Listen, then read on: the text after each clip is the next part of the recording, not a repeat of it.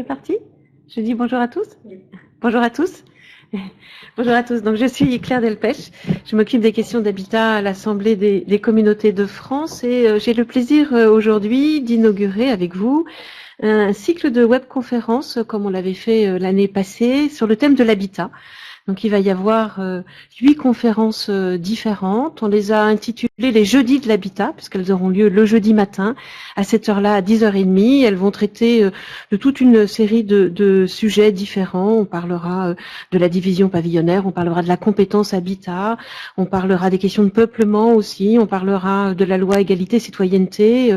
Donc, je vous invite à suivre ce cycle, il est détaillé sur le site de la DCF et sur le site d'Idéal Connaissance, puisque c'est notre partenaire sur ce cycle de l'habitat, des jeudis de l'habitat. Et je rappelle que les inscriptions sont gratuites pour les adhérents de la DCF et du club habitat de la DCF et de France Urbaine. Alors aujourd'hui, on va traiter d'un sujet qui est vraiment à la pointe de l'actualité et qui suscite beaucoup de questions aujourd'hui, qui est le thème de l'accession abordable au travers des OFS, des organismes de foncier solidaires et des BRS, des outils associés, donc des bails solidaires qui les accompagnent. L'accession aidée occupe une place assez importante au sein des politiques locales de l'habitat que développent les collectivités. Les objectifs peuvent être quantitatifs, il s'agit de fournir, produire plus en quelque sorte, et augmenter le nombre de logements, mais les objectifs sont aussi qualitatifs, en visant un certain nombre de ménages, pour améliorer les parcours résidentiels, pour privilégier certains secteurs du territoire, et souvent ces aides viennent en complément des dispositifs nationaux. Le vrai problème que ça pose, et c'est tout l'intérêt des dispositifs dont on va vous parler ce matin, c'est que aujourd'hui ces aides n'ont pas de caractère pérenne. Elles aident les ménages, mais l'aide apportée au logement n'est pas pérenne. Ce sont d'ailleurs les principales observations d'un rapport très récent qui vient d'être fait par la Cour sur les aides à l'accession. Alors, bien évidemment, ces aides à l'accession aidée ou au logement aidé intéressent beaucoup les collectivités locales. On le voit dans leur PLH. C'est un volet qui est de plus en plus présent dans les politiques développées par les collectivités dans les PLH. Les questions qu'on peut se poser sont finalement nombreuses pour savoir quelles peuvent être les conditions de réussite de ces différents dispositifs et en particulier de ce dispositif spécifique porté par les organismes de foncier solidaires et les baux solidaires d'accession qui vont accompagner ce dispositif d'accession. Alors, ces questions, quelles sont-elles? À quel type de collectivité est-ce que ça s'adresse? On va très vite voir que ce sont des dispositifs qui sont relativement complexes. Quelle ingénierie va falloir mettre en place pour ces dispositifs? Quels sont les opérateurs susceptibles de les prendre en place? Est-ce qu'il faut des opérateurs ad hoc? Lesquels? Quels sont les ménages qui sont destinataires de ces dispositifs spécifiques au travers des OFS? Quelle stratégie d'attribution développer? On va voir que ce sont des dispositifs qui n'ont pas forcément une vocation de grande massification. Donc, du coup, quelle stratégie d'attribution on peut mettre avec? Quelle stratégie en matière de politique locale de l'habitat, selon qu'on est en secteur tendu ou en secteur détendu? Les objectifs ne seront pas les mêmes. D'un côté, on va avoir un effet prix, donc accompagner un effort dans l'accession pour un logement social qui reste durablement social, ou au contraire, dans les secteurs tendus, l'intérêt sera plutôt porté sur le produit, sur sa localisation, et peut être un enjeu important de redynamisation des centres-villes. Alors, pour accompagner et répondre à toutes ces questions, je suis accompagnée, aujourd'hui d'experts sur ces dispositifs, sur ce dispositif des OFS et du BRS. Donc 3 personnes m'accompagnent. Anne-Catherine Ledeuf, que vous connaissez, qui est présente dans nos Jeudis de l'Habitat, qui est responsable et directrice d'Espace Cité. Caroline Lucas, qui est directrice de la politique de la ville à la ville de Lille. Et puis Vincent Laurier, qui est donc directeur des fédérations des coopératives HLM. Donc je vais très très vite leur laisser la parole. Je vous rappelle que le fonctionnement de cette webconférence est également interactif. Donc vous pouvez poser des questions avec votre clavier et on y répondra au fur et à mesure de l'arrivée de ces questions. Donc j'essaie de la parole tout de suite à Anne-Catherine qui nous fait une présentation technique du dispositif. Bonjour à tous, je vais essayer d'accéder à mon support. Voilà, ça vient. Il est en grand écran pour le... Très bien, donc effectivement, Claire Delpech a bien présenté le contexte dans lequel ce nouveau modèle d'accession à la propriété vient prendre place. Nous sommes à Espace Cité assez convaincus de la pertinence de ce nouveau dispositif, et ceci face à un double constat que d'ailleurs vient de rappeler Claire Delpech. La première chose, c'est le caractère de plus en plus inéquitable du rapport à la propriété occupante en France. Vous avez dans ce graphique un certain nombre d'analyses qui ont été publiées il y a quelques mois par l'adresse, dans lequel on voit que plus les ménages sont modestes, moins ils sont propriétaires de leur logement. Et en revanche, plus les ménages sont favorisés, enfin, ont des revenus relativement élevés, plus ils le sont. Donc on voit bien que le rapport à la propriété en France, en une quarantaine d'années, a fortement évolué. Là où dans les années 70, on avait à peu près les mêmes taux de ménages, quel que soit leur revenu, qui étaient en propriété occupante. Aujourd'hui, c'est beaucoup moins le cas. Et on voit bien que les ménages les plus modestes ont beaucoup plus de difficultés que les autres à être propriétaires de leur logement. Ça, c'est le premier point. Le deuxième point qu'a également indiqué Claire Delpech, c'est évidemment la question de l'efficience des aides publiques. Dans un contexte d'intérêt de plus en plus marqué par les collectivités locales pour accompagner les besoins de ces populations dans leur capacité à accéder à la propriété et d'avoir des trajectoires résidentielles au sein de leur territoire, mais avec un constat assez partagé qui est les limites des dispositifs actuels en matière antispéculative, des clauses antispéculatives qui, quand elles existent, sont limitées dans le temps, peu robustes juridiquement, ce qui pose au final la question du sens général de l'effort public mené pour aider ces ménages à accéder à la propriété, qui finalement sont assez restreints en nombre. Ça sert les premiers ménages qui rentrent dans ces programmes immobiliers, voire une deuxième génération de ménages, mais ça s'arrête généralement là. Donc on est très convaincus de l'intérêt de ce nouveau modèle, et on a le plaisir à ce titre d'accompagner la ville de Lille qui va présenter sa réflexion aujourd'hui, mais aussi Rennes Métropole et le ministère du Logement dans la préparation de la finalisation du cadre législatif. Donc grande pertinence, donc compte tenu de ces constats, ces éléments ont conduit le législateur à faire évoluer la réglementation en introduisant à partir de 2014 dans 2 lois un nouveau modèle qui repose sur 2 volets. D'une part, ce fameux organisme de foncier solidaire qui a été introduit dans la loi Allure, dont l'objet est de porter dans la très grande durée des terrains sur lesquels seront construits des programmes d'accession à la propriété abordables, avec l'objectif de maintenir leur abordabilité dans le temps.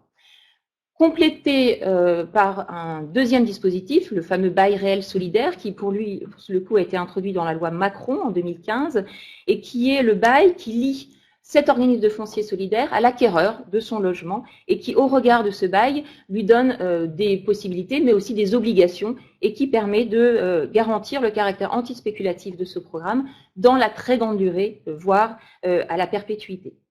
Et donc ce bail réel solidaire introduit 3 grandes innovations par rapport aux dispositifs qui préexistaient en France.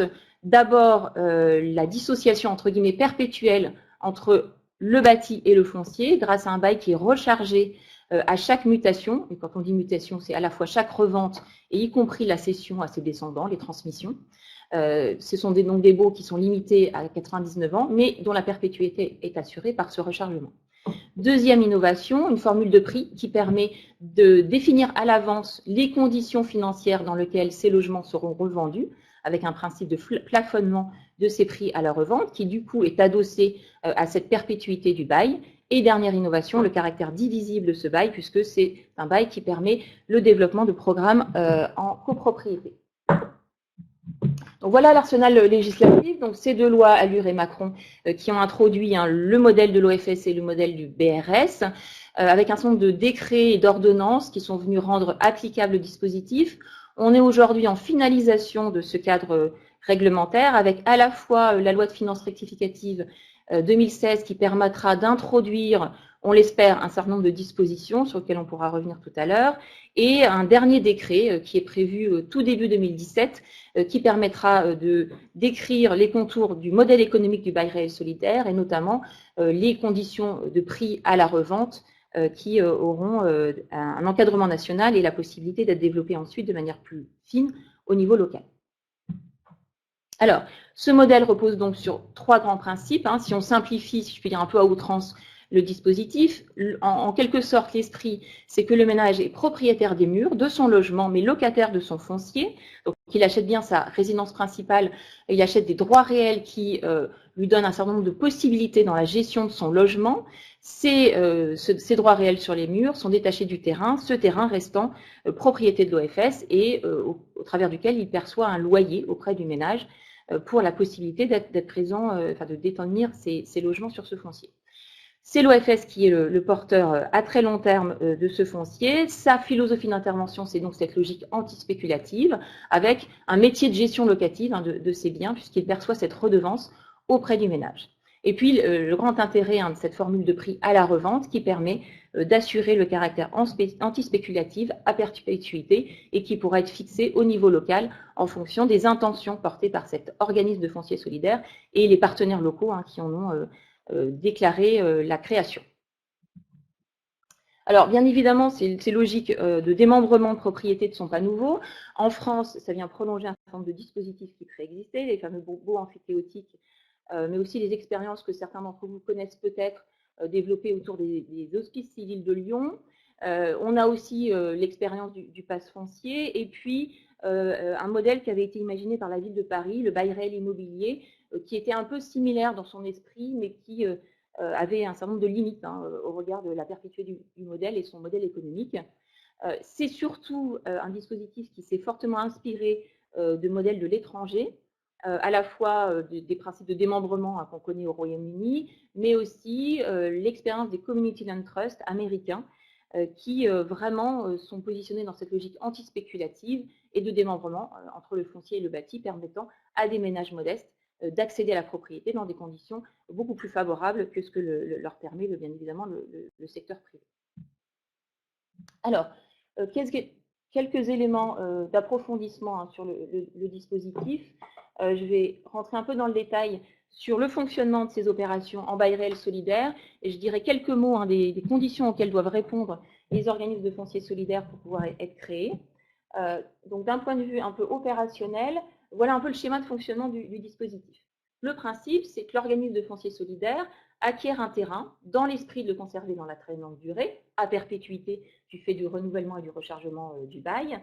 Classiquement, sur ce terrain, l'opérateur immobilier, le promoteur, qu'il soit public ou privé, construit son opération d'accession à la propriété, abordable au regard d'un certain nombre de dispositions qui auront été mises en place au démarrage, soit d'aide nationale, soit d'aide locale. Donc, assez classiquement, on développe des programmes d'accession à la propriété abordable. Le ménage achète donc les droits réels liés à son logement. Il devient locataire de son foncier.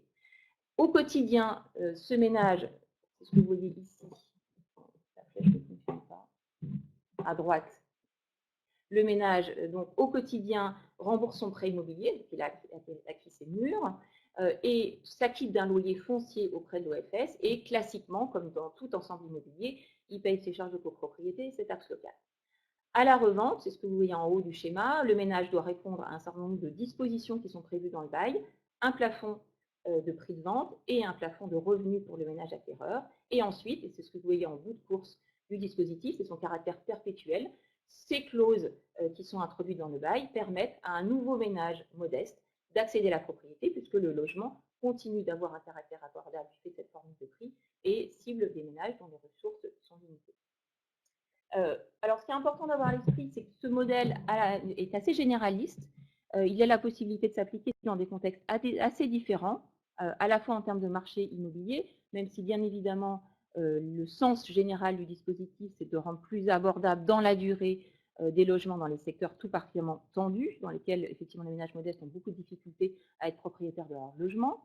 Mais il nous semble, on verra si on a le temps de l'aborder dans les débats, que c'est aussi un dispositif qui a un certain nombre d'intérêts dans d'autres conditions, même si le sens général de l'introduction dans la loi n'était pas forcément celui-là. Différents contextes également de filière de production de foncier.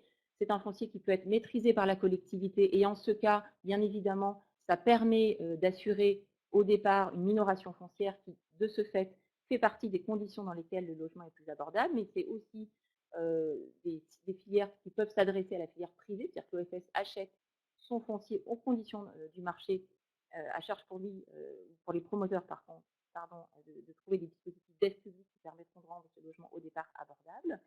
C'est un dispositif qui peut être mis en place dans le neuf.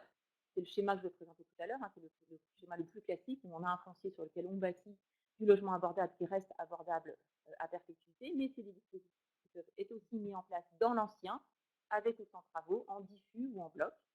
Et il est très important dans le développement de ces modèles d'avoir une connaissance fine de l'existence ou pas de logements concurrentiels à ces dispositifs, notamment les logements en PSLA, puisque bien évidemment, le caractère anti-spéculatif du BRS est très différent de celui du PSLA à terme.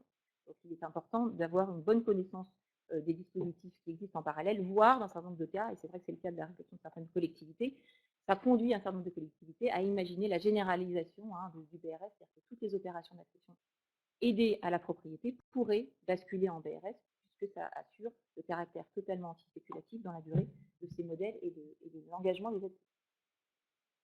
Donc, différents contextes d'application, mais toujours un principe fondateur, c'est le principe d'immobiliser dans la durée des efforts initiaux. Ces efforts sont soit portés par des aides nationales, par exemple la TVA réduite, qui fait l'objet actuellement d'un débat autour de la loi de finances rectificative, mais aussi des aides locales, qui peuvent être des aides à l'opérateur, des minorations de prix. Et c'est la sanctuarisation de ces aides publiques qui permet de maintenir l'abordabilité du logement dans la durée. Ce n'est pas un coup de baguette magique, c'est-à-dire qu'on ne supprime pas le coût du modèle économique, si vous l'avez bien compris, le ménage s'acquitte d'un loyer, et c'est bien évidemment le principe de la minoration de départ qu'on entretient dans la durée, dans la sanctuarisation de cette activité et la formule de revente qui encadre dans la grande durée les minorations, la décote initiale. Ça, c'est un point très important. Il faut bien avoir à l'esprit que sans effort initial, le logement n'est pas abordable particulièrement au départ, et bien évidemment ne le sera pas plus dans la grande durée. Voilà, je vais terminer ma présentation pour ne pas être trop longue sur quelques éléments au titre de l'organisme de foncier solidaire. Donc, le dispositif législatif est assez ouvert. En revanche, pour ceux qui voudraient créer un OFS, il s'agit de répondre à un certain nombre de critères. Le premier, c'est d'assurer le caractère non lucratif de l'organisation. Ça peut faire possibilité de redistribution des bénéfices à ses membres. Ça, c'est un premier point qui est très important. Deuxième contrainte, il faut assurer la perpétuité de la détention foncière. Vous l'avez bien compris, l'objectif, c'est que l'OFS garde à perpétuité, ou au moins dans la très grande durée, garde donc la détention de ces fonciers pour en assurer le modèle économique à long terme. Donc, il faudra pouvoir assurer la perpétuité de cette détention foncière. Une troisième disposition qui est en train d'évoluer par amendement, il a été au départ imaginé que l'organisme de foncier solidaire devrait exercer cette activité, celle que je viens de décrire, à titre principal. Ça veut dire que pour ceux qui sont en train de créer leur OSS, je vais vous en dire quelques mots, c'est assez contraignant quand même sur les premières opérations. Aujourd'hui, je crois que le cadre législatif oblige à la création d'une structure nouvelle, pour pouvoir assurer cette chose d'activité principale, et l'OSS doit être agréé par le qui permet de rendre opérationnel permet la création de cette institution.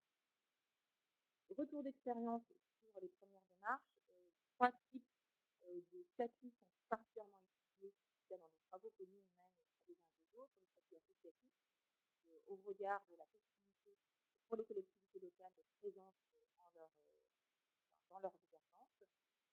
Ça présente également l'intérêt d'une relative rapidité de création.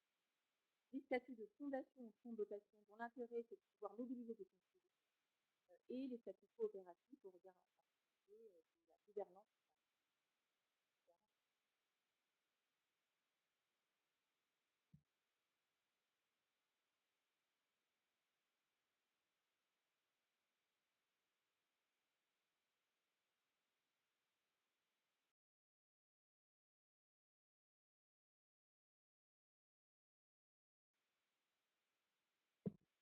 Dernier point de retour d'expérience, en tout cas les expériences qu'on a pu suivre montrent la volonté, notamment quand on est dans la création d'émanations des collectivités locales, de créer des structures légères qui ne viennent pas perturber les dispositifs préexistants en matière d'accession à la propriété, dans un contexte plus général où bien évidemment les collectivités locales sont contraintes dans leur capacité financière, y compris en matière de budget de fonctionnement. Donc voilà, pour terminer sur l'OFS, les grandes étapes un peu de création de ce type d'instrument. Bien évidemment, il s'agit au départ de bien réfléchir au sens général du dispositif. Est-ce qu'effectivement ça fait sens au regard des réalités du marché, de l'engagement des pouvoirs publics autour de cette question? Qui sera présent dans ce fameux organisme de foncier solidaire? Choisir les statuts. Et puis très concrètement, il s'agit bien évidemment de délibérer sur la création de cet organisme, le dépôt des statuts et la demande d'agrément auprès du préfet de région avec l'expérimentation des premières opérations et dans un certain nombre de cas, la possibilité de généraliser le dispositif, c'est-à-dire que l'ensemble des opérations d'accession à la propriété aidées par les collectivités locales pourraient être développées sous ce modèle OFS-BRS. Simplement quelques mots pour conclure sur les apports de ce modèle dans le panorama des dispositifs d'accession à la propriété préexistants en France. Les grands apports de ce modèle, vous l'avez compris pour les collectivités locales, c'est de permettre dans la grande durée à leurs administrés d'accéder à la propriété dans des conditions plus favorables, mais aussi cet enjeu d'efficience des aides publiques, ça permet de démultiplier les effets de ces aides publiques, puisque là où 1 euro d'investissement public servait un ménage, voire 2 ménages, ça servira à une infinité de ménages, puisque à chaque revente, les ménages sous condition de plafond de revenus pourront accéder plus favorablement à la propriété qu'aujourd'hui. Pour les opérateurs, c'est aussi un intérêt spécifique, c'est-à-dire que pour des opérateurs, ça permet de développer, pour des bailleurs sociaux par exemple, un panel de produits immobiliers complémentaires de ce qui détiennent déjà en portefeuille, dans des modèles quand même assez hybrides entre la location et l'accession. C'est-à-dire que les bailleurs sociaux pourront aussi réguler des attributions de ces logements en accession à la propriété. Et ça permet aussi pour des opérateurs de développer une capacité de différenciation par rapport à d'autres, par rapport au caractère assez puissant du modèle dans la perpétuité de son abordabilité. Pour le ménage acquéreur, quelle particularité? Il est détenteur de droits réels, donc son patrimoine peut être transmissible, hypothéqué, il peut le céder à ses descendants, donc ça c'est tout à fait important. Il doit respecter des plafonds de ressources, non seulement pour lui-même, mais à la revente, donc c'est un enjeu quand même important sur la manière dont on aborde la revente de son logement. Le prix de vente est encadré avec cette fameuse formule de prix. Il s'acquitte de ce loyer foncier, donc ça vient en quelque sorte compléter son effort financier initial. C'est aussi la raison pour laquelle il faut étudier de très près le modèle économique des opérations pour bien évidemment s'assurer de l'abordabilité totale de ce modèle. Et dans les cas où le propriétaire particulier souhaiterait mettre en location ce logement, c'est possible au niveau national, ça peut être interdit localement. Mais dans le cas où c'est autorisé localement et il souhaite le faire, il doit respecter les règles des plafonds plus. Voilà. Donc, en synthèse, de notre point de vue, en toutes les cas de cause, quels sont les apports de ce modèle?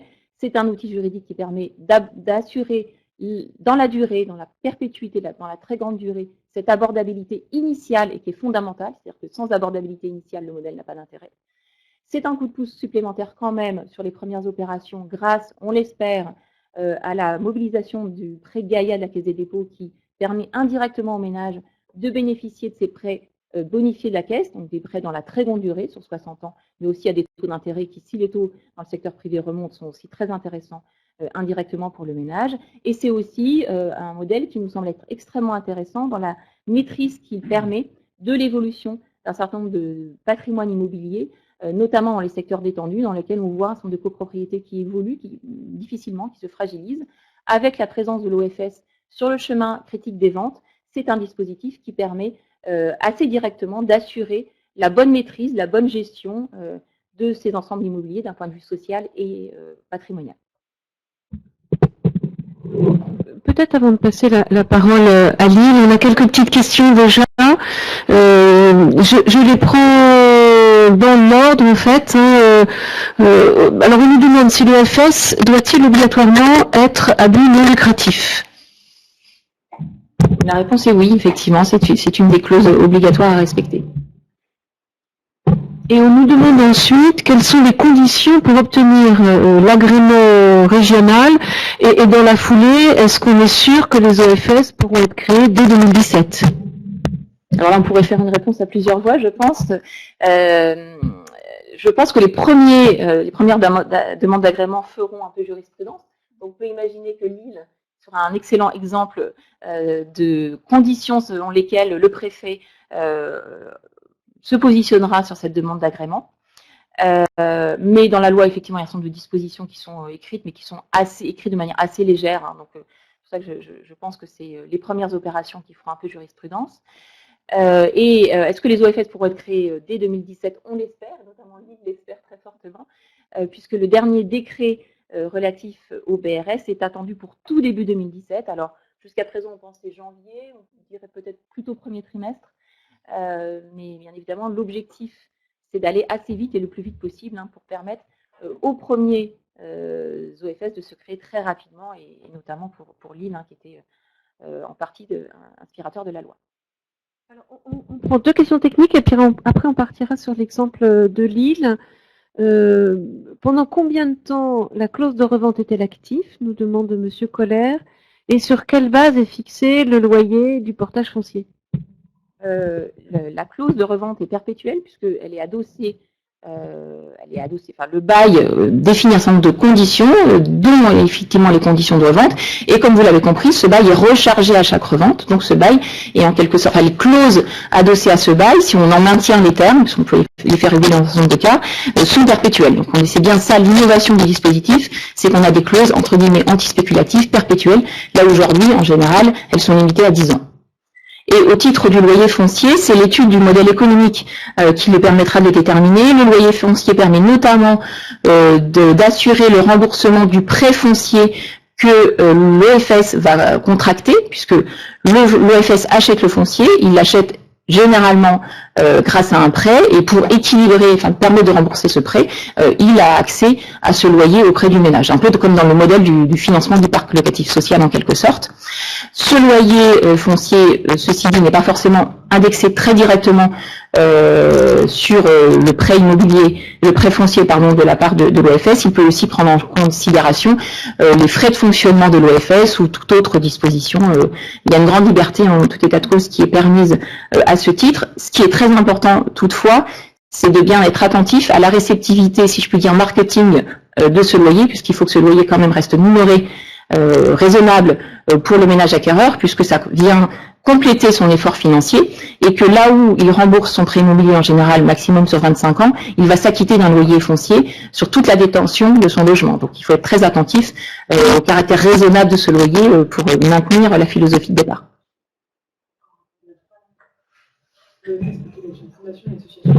Alors, il y a encore trois questions. L'OFS peut-il être une fondation, une association? Mais là, je pense que Anne-Catherine y a répondu. En revanche, on nous pose la question sur le type de collectivité susceptible d'être intéressée par cet outil. Est-il adapté au contexte de marché peu tendu, des villes moyennes peu attractives et plus précisément des centres anciens qui se paupérisent?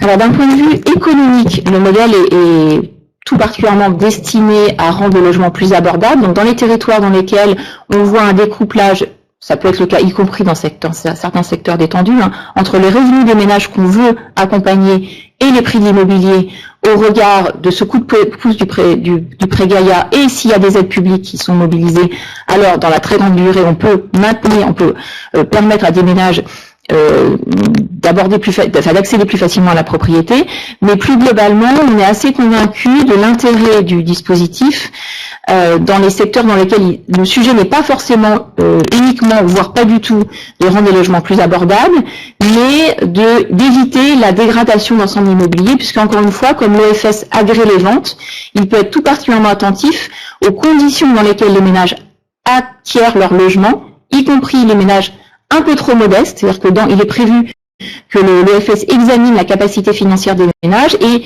n'agrée pas la vente si le ménage est trop fragile. Donc on voit bien là que dans un certain nombre de secteurs, par exemple dans les quartiers en politique de la ville, dans lesquels on souhaite développer des produits en diversification, mais dans lesquels on voit bien que les ménages restent très modestes, et on a vu dans un certain nombre de territoires ces ensembles immobiliers évoluer négativement, parce qu'on avait à la fois des ménages trop modestes pour s'acquérir des responsabilités de copropriétaires, mais aussi dans un certain nombre de cas de ménages qui ont été propriétaires bailleurs de leur logement et qui n'ont pas forcément géré de manière extrêmement attentive la stratégie patrimoniale. Dans ces contextes-là, puisque l'OFS peut agréer ou pas la vente en fonction de ses conditions financières d'une part, et bloquer, c'est-à-dire éviter le statut de propriétaire bailleur, on voit bien que dans ces contextes-là, même si le sujet c'est pas de rendre le logement plus abordable, le modèle est intéressant puisqu'il permet de sécuriser qui achète et dans quelle stratégie patrimoniale il achète.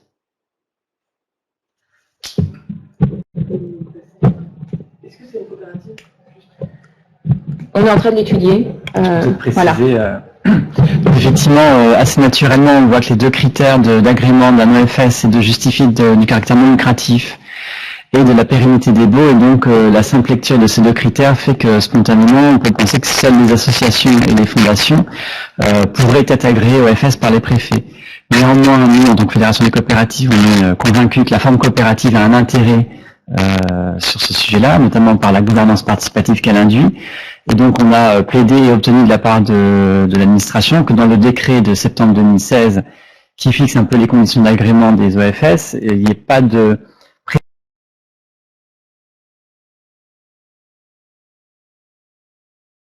la servante juridique qui pourrait être agréée.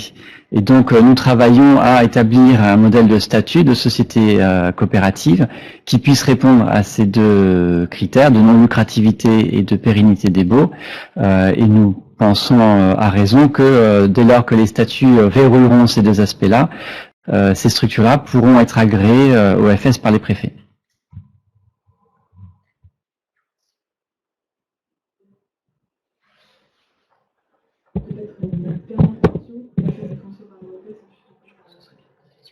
Oui, je pense que ce serait peut-être, on reprendra les questions après, et je suggère que maintenant on parte sur l'expérience lilloise.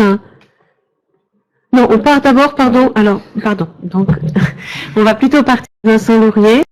Oui, l'idée c'était un peu de vous montrer comment des opérateurs comme les coopératives HLM pouvaient être mobilisés par le sujet, pour quelles raisons, et comment ils abordaient la question des OFS.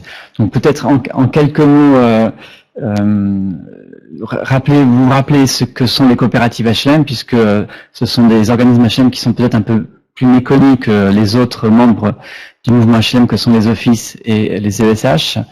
Donc ce sont des... Alors, oui, on peut tout afficher d'un coup.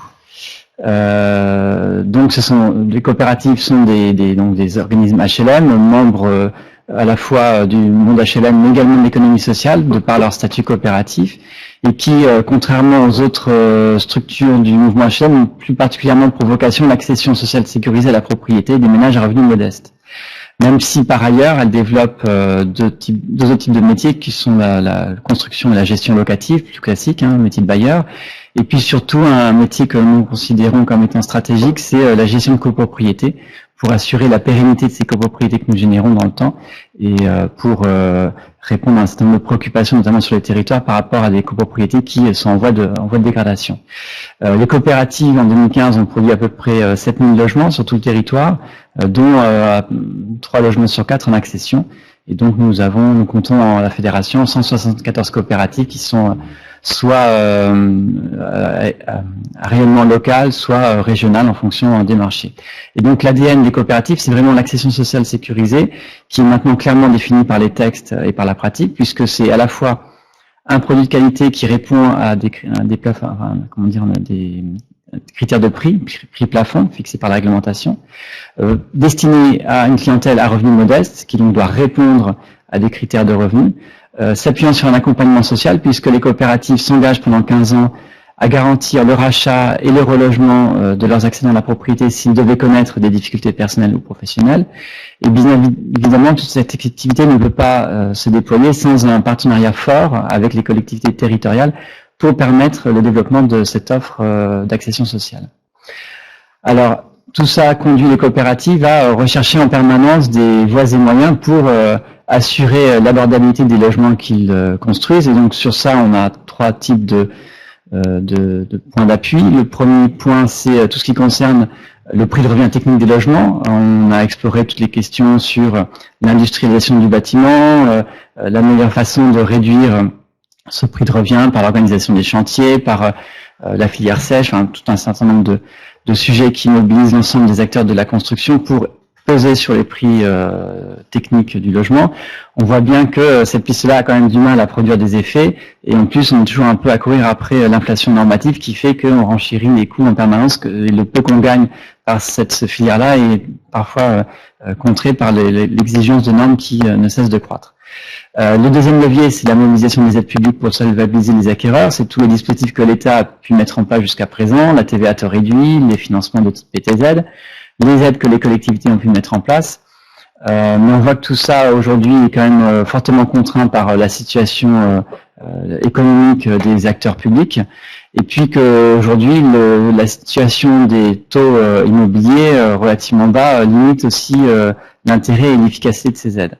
Et donc le troisième levier, c'est d'agir sur le foncier. Alors c'est pas une idée neuve, hein, c'est des choses qui se sont faites par le passé. Nous-mêmes au sein des coopératives, on avait expérimenté il y a une dizaine d'années des expérimentations de dissociation sur un peu sur le modèle hollandais du Copour. Il y a eu donc la période du pass foncier qui a un peu popularisé ce type de démarche.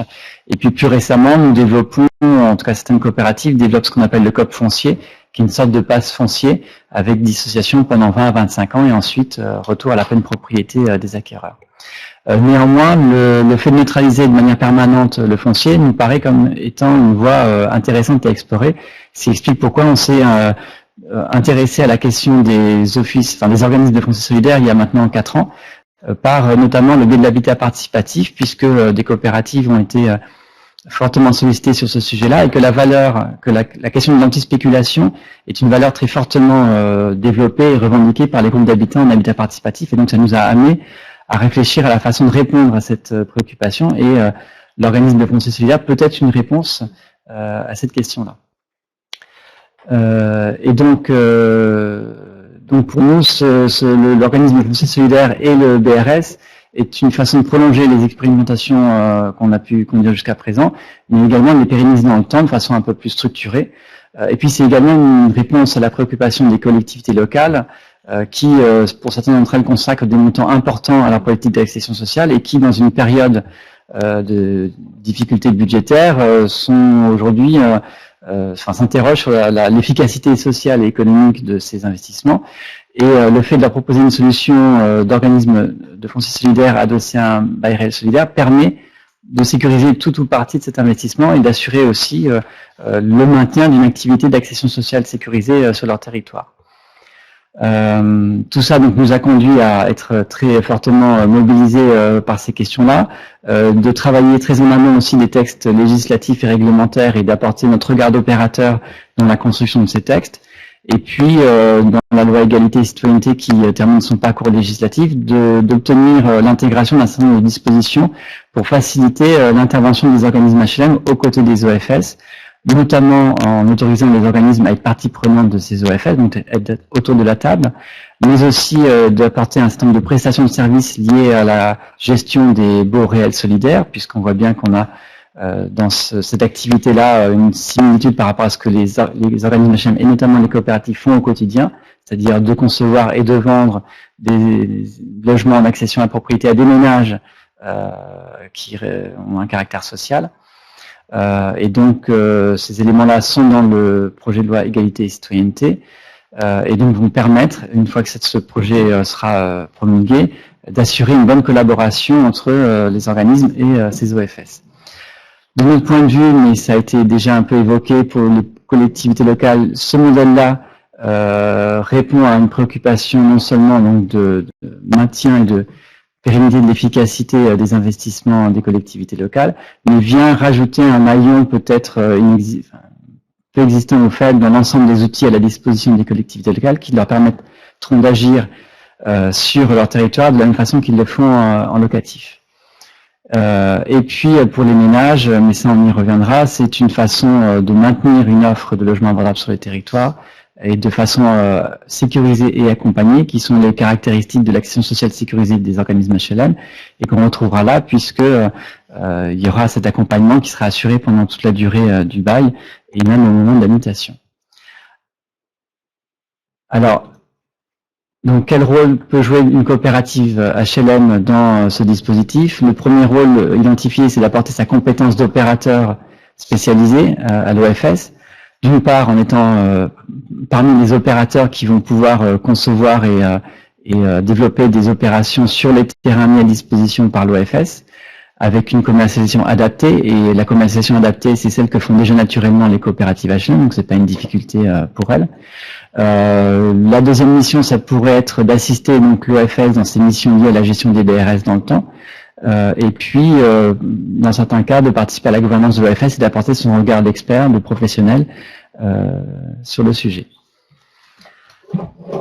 Le deuxième type d'intervention, c'est de force de proposition dans la constitution des OFS, en prenant l'initiative de présenter le modèle aux collectivités locales et même d'être à l'origine de la création de certains de ces outils pour développer une action sur des territoires où peut-être que les collectivités locales seront moins demandeuses ou moins en situation de se mobiliser, et néanmoins où on a besoin de développer ce type d'opération pour maintenir et proposer une offre d'accession abordable.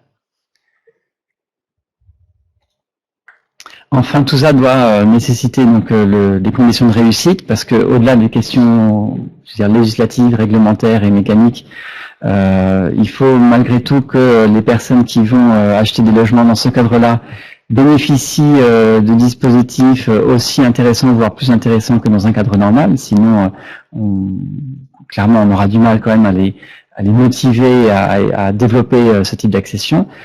Ça passe par une équité de traitement de ces accédants par rapport aux autres formes d'accession sociale.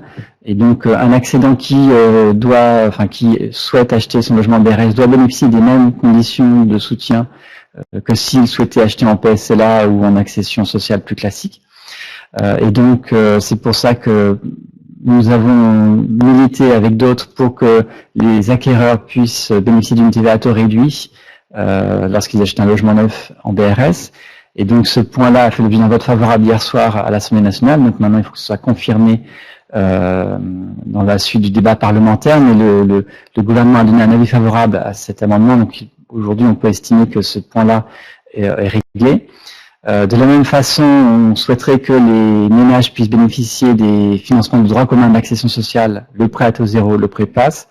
Sur ce point-là, il reste encore un effort de conviction à produire pour les prochaines semaines, et la Fédération prendra toute sa part dans ce travail-là, puisque ce point-là n'a pas été réglé par la loi de finances encore. Une simplification du droit de mutation, sans rentrer dans les mécaniques, mais on a vu que notamment en première acquisition, il y avait 3 mutations successives potentiellement sur un an, donc il n'était pas question qu'il y ait une accumulation de ces droits de mutation, et donc sur ça, on a obtenu également gain de cause, il y a une simplification et on aura un seul droit de mutation à payer. Et puis le dernier point que nous avions identifié, c'était la question de la taxe foncière sur la propriété bâtie, puisque vous savez qu'en prêt social location accession, les acquéreurs peuvent bénéficier d'une exonération sur 15 ans. Et donc on avait proposé un mécanisme là où il y avait la taxe foncière trouvait être payée par le preneur du BRS, mais avec un abattement qui correspondait grosso modo à la part du foncier qu'il n'avait pas à supporter. Ce point-là n'a pas été réglé non plus, mais peut-être que vous savez que la question de la taxe foncière sur les propriétés bâties du logement social fait l'objet actuellement au Parlement de fortes discussions, donc on a été impacté par ce débat-là. On ne désespère pas d'y revenir en deuxième lecture. Donc, on voit qu'on arrive quand même à clarifier l'ensemble de ces aspects du mode opératoire. Il reste encore des points à régler, et c'est il est important quand même que ces points soient réglés assez rapidement pour avoir une vue claire sur la façon dont on va pouvoir non seulement monter ces opérations, mais surtout les vendre. Deuxième condition de réussite, c'est d'avoir la capacité des acteurs locaux à s'approprier le PRS.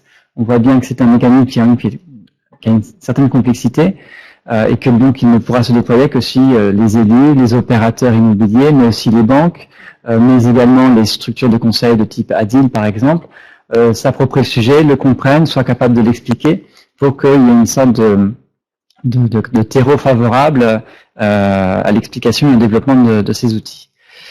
Troisième condition de réussite que moi j'ai identifiée, c'est la nécessité assez rapidement sur les territoires où l'on va développer des logements en BRS, c'est l'atteinte d'une masse critique qui puisse faciliter la reconnaissance de ce mode d'accession par non seulement les acteurs du territoire, mais les ménages qui souhaitent devenir propriétaires, et puis faciliter aussi les reventes, puisque ça deviendra un produit un peu naturel dans le paysage, et on voit que l'enjeu de la revente est un enjeu qui sera important dans la réussite du modèle. Enfin, et c'est fait le lien avec ce que je viens de dire, quatrième condition de réussite, c'est le maintien du caractère abordable de ces logements et de leur attractivité.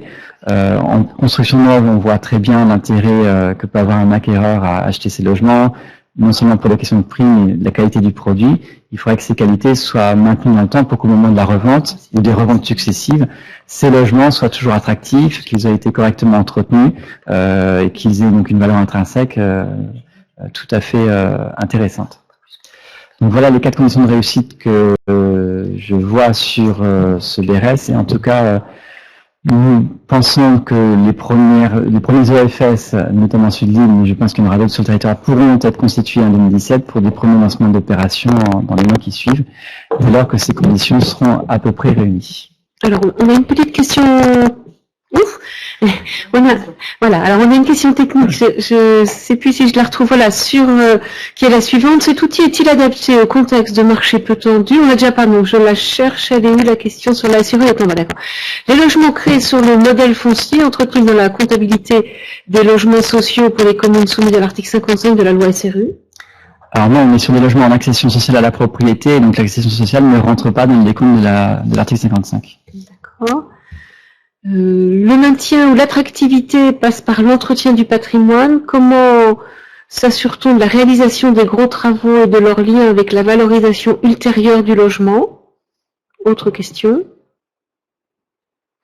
Alors, un premier élément de réponse, mais là on est dans l'expérimentation, donc il reste aussi un certain nombre de points juridiques à soulever. Déjà au moment, ce qu'on peut dire, c'est qu'au moment des mutations, l'OFS a un droit de regard sur la qualité du logement, puisque dans les pièces demandées, il y a le diagnostic immobilier qui permet de rendre compte de la qualité du logement. Après, on peut imaginer que l'OFS ait un droit de regard sur la gestion de la copropriété, et si on est dans le régime de la copropriété, il y a déjà tout un certain nombre d'outils qui seront mis en œuvre par la loi Allure, qui normalement sont censés garantir le bon entretien de la copropriété. Je vais peut-être apporter un petit complément, puisqu'on s'est posé cette question-là dans notre expérimentation lilloise. Il y a, selon nous, deux garde-fous possibles. D'une part, la rédaction du bail, puisque le bail permettra de régler la question, d'organiser la question de l'entretien et les obligations des parties. Voilà. Et deuxième chose, c'est la question de la fixation, de l'encadrement du prix de revente. Dans nos opérations lilloises, nous, on est sur une formule, on privilégierait une formule de calcul de revente basée sur le prix de marché, ce qui permet d'intéresser le propriétaire du logement au maintien de la valeur de son bien. Donc les formules de calcul de revente peuvent aussi permettre de constituer un garde-fou. Alors il y en a d'autres, il y a les formules de partage de plus-value, etc., qui ont le même type d'avantage. Alors, il y a effectivement d'autres questions. J'en prends 2, 3, puis on complétera peut-être tout à l'heure, et puis on laissera la parole à Lille. Alors, la question de Monsieur Patrick Craveri sur l'achat du foncier par l'OFS. Comment est-ce que ça se passe? Cession par les collectivités et sur le marché en lien avec un EPF ou un EPFL? Alors sur ça, tout est possible. C'est-à-dire que le cadre juridique ne fixe pas de voie privilégiée d'acquisition du foncier, donc tout est permis. Il y a un point quand même qui est à relever, c'est dans la loi à Lure, il est prévu que les OFS puissent bénéficier de la décote lors de la cession de terrain public, et c'est une décote qui peut aller jusqu'à 50%. Donc c'est la seule précision qui est apportée par le cadre réglementaire. Après, l'OFS s'alimentera comme il le souhaite auprès des aménageurs, auprès de propriétaires privés, auprès de PFL, enfin tout est parfaitement ouvert. Très bien, sachant que le modèle économique est quand même très prégnant sur cette affaire, notamment sur les collectivités qui sont en zone très très tendue. On a une autre question qui concerne l'activité des OFS. Est-ce qu'elle est limitée aux opérations d'accession sociale ou est-ce qu'elle peut être étendue aux opérations de construction de logements en location? C'est très clairement prévu par le texte législatif qui ouvre les opérations en sous bail réel solidaire, y compris en locatif social. Enfin, locatif sous condition de ressources, et c'est pas du locatif social, c'est sous condition de ressources et sous condition de loyer. Alors, sachant qu'il y a deux éléments, il y a le BRS effectivement qui peut servir du locatif, et il y a l'OFS lui-même, organisme de foncier solidaire, qui a pour principale activité ou activité naturelle le BRS, mais qui peut avoir d'autres activités. Donc parmi les terrains qu'il maîtrise, il va en proposer certains en BRS, il pourra en proposer d'autres en bail à construction, en bail à réhabilitation, enfin toutes les formes de longue durée qui peuvent exister dans le droit. Ce qui tendrait à dire qu'on pourrait démarrer rapidement, déjà avec le capital foncier accumulé en quelque sorte pour une collectivité.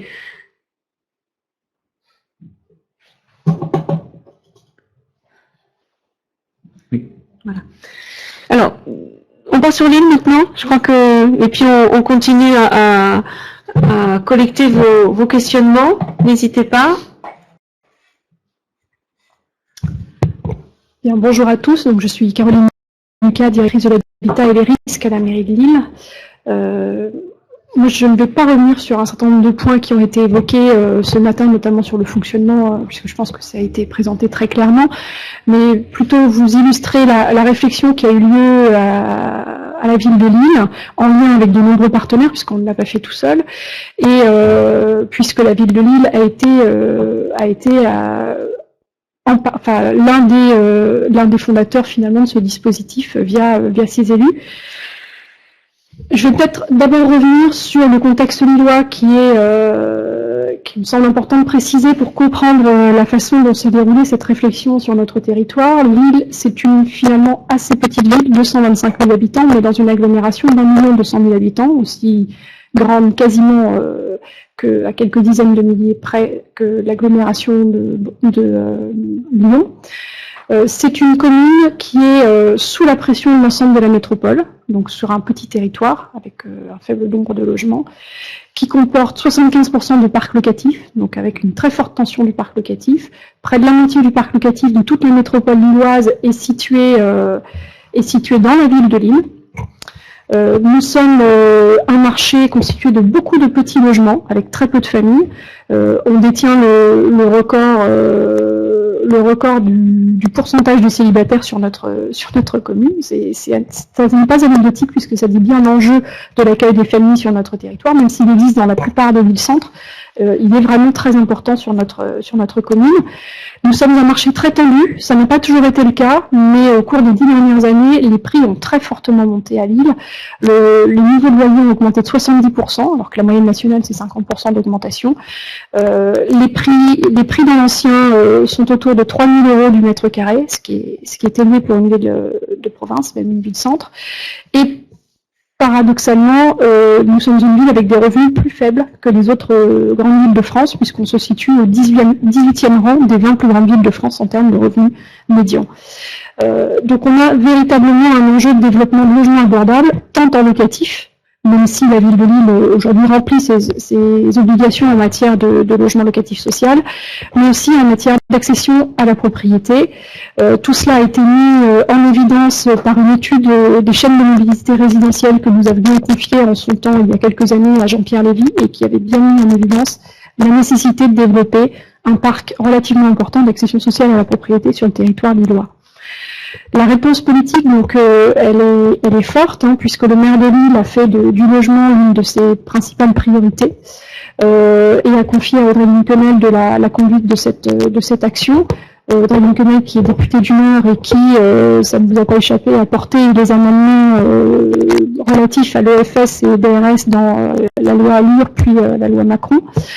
La réponse politique consiste à doubler la production de logements, 12 000 logements sur le mandat 2008-2014, puis 10 000 nouveaux logements, ce qui correspond à un doublement de la production, à imposer, puisque maintenant cela figure dans le PLU, 30% minimum de logements locatifs sociaux et 12% d'accession aidée à la propriété minimum. Aujourd'hui, tout cela figure dans le PLU, avec une couverture de la totalité de la ville. Vous voyez ici le règlement. Des prix de sortie qui ont été fixés en matière d'accession aidée à la propriété à 2050 € du mètre carré TTC pour l'accession dite sociale et un deuxième plafond à 2400 € TTC du mètre carré pour l'accession intermédiaire. Ces prix plafonds ont été fixés en fonction de l'analyse des revenus et des capacités contributives des Lillois et des métropolitains, et non en fonction de l'équilibre naturel des opérations. Ça, c'est important de le souligner, et en concertation avec l'ensemble des promoteurs. Tout ce que je vous explique là a fait l'objet à Lille d'une concertation permanente et d'un dialogue permanent avec les promoteurs et les bailleurs sociaux.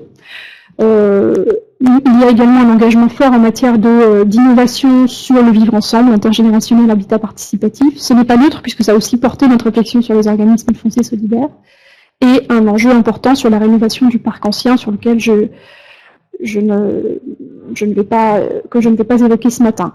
Nous avons donc à Lille plusieurs outils qui existent depuis 2008. C'est le taux de TVA, enfin un grand secteur de TVA à taux réduit du fait d'un dossier en rue très important sur notre territoire. Vous le voyez, la TVA à taux réduit couvre presque presque plus de la moitié de notre territoire. Nous avons des servitudes qui obligent à la production de logements locatifs sociaux et en accession à la propriété. Ça a aussi un impact, c'est qu'à Lille, l'accession sociale à la propriété est également développée par les promoteurs. Donc nous avons à la fois les bailleurs sociaux qui sont mobilisés sur cette politique, mais également les promoteurs qui ont parfaitement adhéré à cette politique et qui aujourd'hui s'adressent à cette clientèle, qui n'est pas une clientèle naturelle des promoteurs immobiliers. Voilà, la ville de Lille a également soutenu financièrement le développement de l'accession sociale à la propriété et a également soutenu le développement d'une politique foncière en lien avec l'établissement public foncier et la métropole européenne de Lille. Les résultats sont plus qu'encourageants, ils sont positifs, puisque depuis 2008, Lille a programmé près de 2200 logements en accession abordable à la propriété, près de la moitié à moins de 2050 € du mètre carré. Les cibles sont atteintes puisque les familles sont au rendez-vous sur les grandes typologies. Nous avons plus d'un tiers des logements qui sont vendus à des locataires du parc HLM, donc ça s'adresse bien, notre produit s'adresse bien à la bonne cible. On a mis des clauses antispéculatives, on a travaillé, on a essayé de faire en sorte qu'elles soient les plus sécurisées possibles. Néanmoins, notre plus grand regret, c'est que ces logements n'ont pas une vocation sociale pérenne. Donc c'est une politique qui coûte relativement cher aux collectivités locales, avec finalement assez peu d'effets dans le temps, même si ces effets immédiats sont réels, et peu d'efficacité finalement de cette dépense, dans la mesure où ces logements n'étant pas pérennes, on n'arrive pas à mettre sur le marché un stock de logements abordables pérennes. Donc ça fait plusieurs années qu'on réfléchit à cette question-là. On a interrogé à plusieurs reprises des juristes qui nous ont indiqué que le modèle du CLT n'était pas transposable en droit français. Donc voilà, on tournait un petit peu en rond depuis quelques années. Et finalement, la ville de Lille étant très impliquée dans le réseau national des collectivités locales pour l'habitat participatif, comme le disait tout à l'heure Vincent Lourier, il y a eu une assez forte réflexion au sein de ce réseau et des acteurs de l'habitat participatif en règle générale sur la question de la non-spéculation et sur la volonté de trouver un modèle pour développer des formules de type CLT sur le territoire français. Ce qui nous a motivés on a rencontré, enfin notamment il y a Lyon qui était très partant et très motivé sur la question. Nous avons rencontré le Community Land Trust de Bruxelles. On a eu la chance, c'était vraiment un ensemble de rencontres au sein de ce réseau. On a eu la chance de rencontrer un notaire qui nous a parlé de l'arrêt de Maison de la Poésie, qui était quelque chose d'incompréhensible pour nous sur le coup, mais qui était un arrêt du Conseil d'État qui actait la validité juridique de la question du droit réel détachable. Et c'est vraiment ça qui a permis de constituer tout le fondement des organismes de foncier solidaire et du bail réel solidaire. Sans cela, on aurait totalement échoué. Alors, je ne reviens pas sur le dispositif. Comment nous, à Lille, on envisage de fonctionner? On a souhaité tester d'abord le dispositif sur deux fonciers municipaux. Pourquoi? Pour se simplifier la tâche. Alors, les partenaires locaux diraient qu'on n'a pas forcément simplifié les choses avec notre projet, mais on partait du principe que la ville étant propriétaire du foncier pouvait en faire ce qu'elle voulait et donc pouvait imposer un certain nombre de règles et de conditions sur ce foncier. Le premier foncier, alors on a choisi deux fonciers qui sont situés dans les secteurs les plus valorisés de la ville, de façon à commencer avec des opérations sur lesquelles on n'a pas de risque de commercialité très fort. Au contraire, puisque démarrer avec un nouveau dispositif d'accession sociale à la propriété nous semblait, sur un délai très court, nous semblait relativement risqué. Donc c'est la raison pour laquelle on a choisi ces fonciers très attractifs. Nous sommes en plein centre-ville où le coût moyen au mètre carré, il est entre 3 500 et 4 500 € du mètre carré, dans l'ancien. Donc tout cela est situé sur deux opérations. Alors, pour ne pas faire simple, par contre, puisqu'on est en plein cœur de ville, on n'est pas sur un terrain, on est sur un foncier bâti. Ça, c'est important de le dire. La première opération, donc, il s'agit de l'opération Cosmopole. Notre première opération de FS s'intégrera dans un programme mixte constitué de 20 000 m², constitué d'un hôtel, d'une galerie d'art, d'un centre culturel, de 210 logements, dont 83 libres, 54 logements en ULS-PLS, 48 logements locatifs sociaux plus PLAI et 25 logements en accession sociale à la propriété en BRS. Ces logements-là étant disséminés dans l'ensemble de l'opération, puisqu'il y a une mixité à l'échelle de la totalité de l'opération. Le montage, il y a donc eu un appel à projet lancé auprès des promoteurs. Le promoteur retenu est Finapar, il est en cours d'obtention du PC. Il achètera le foncier à la ville, l'ensemble de l'assiette foncière. Il revendra le foncier dédié, c'est-à-dire les volumes, à l'organisme de foncier solidaire, qui établira un bail réel solidaire. Et ensuite, le promoteur va vendre en VFA, faire les travaux de construction, etc. Aujourd'hui, on en est à la délivrance du permis de construire. Les sessions foncières doivent avoir lieu dans le courant du premier semestre 2017 pour un démarrage des travaux fin du premier semestre. On est vraiment dans les starting blocks et aujourd'hui, on a encore un certain nombre de conditions. Vous l'avez indiqué, Anne-Catherine comme Vincent, on a un certain nombre de conditions à lever pour pouvoir poursuivre en EFS-BRS. On met tout en œuvre, et les promoteurs sont à nos côtés, ils y croient vraiment. On met tout en œuvre pour faire cette opération en OFS. Néanmoins, si les conditions ne sont pas réunies dans les délais opérationnels, on devra procéder autrement, vraisemblablement revenir à du PSLA. Mais pour l'instant, tout le monde est mobilisé pour faire aboutir cette opération, y compris les promoteurs. On a testé la commercialité du produit BRS auprès de commercialisateurs qui, après une petite séance d'explication assez longue, on finit par comprendre le dispositif et qui adhère assez fortement, qui trouve que finalement, le dispositif qui a été pensé, et c'est bien dans cet état d'esprit-là que le législateur l'a pensé, et l'ensemble des partenaires qui ont participé à la rédaction des amendements et ensuite des décrets, c'est de faire en sorte que ce soit le plus simple possible et que cela ressemble ni plus ni moins qu'à une opération banale d'accession sociale à la propriété.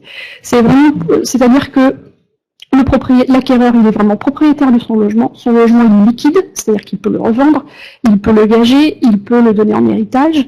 Il a juste une condition, c'est une condition de prix à la revente et une condition de profil d'acquéreur. Et en cas s'il ne trouve pas un acquéreur, il y a de toute façon une forme de sécurisation puisque l'OFS est obligé de l'acquérir sur demande du vendeur. Donc il y a un dispositif qui fonctionne vraiment très bien. On n'est pas rentré dans tous les détails, mais tout a été pensé.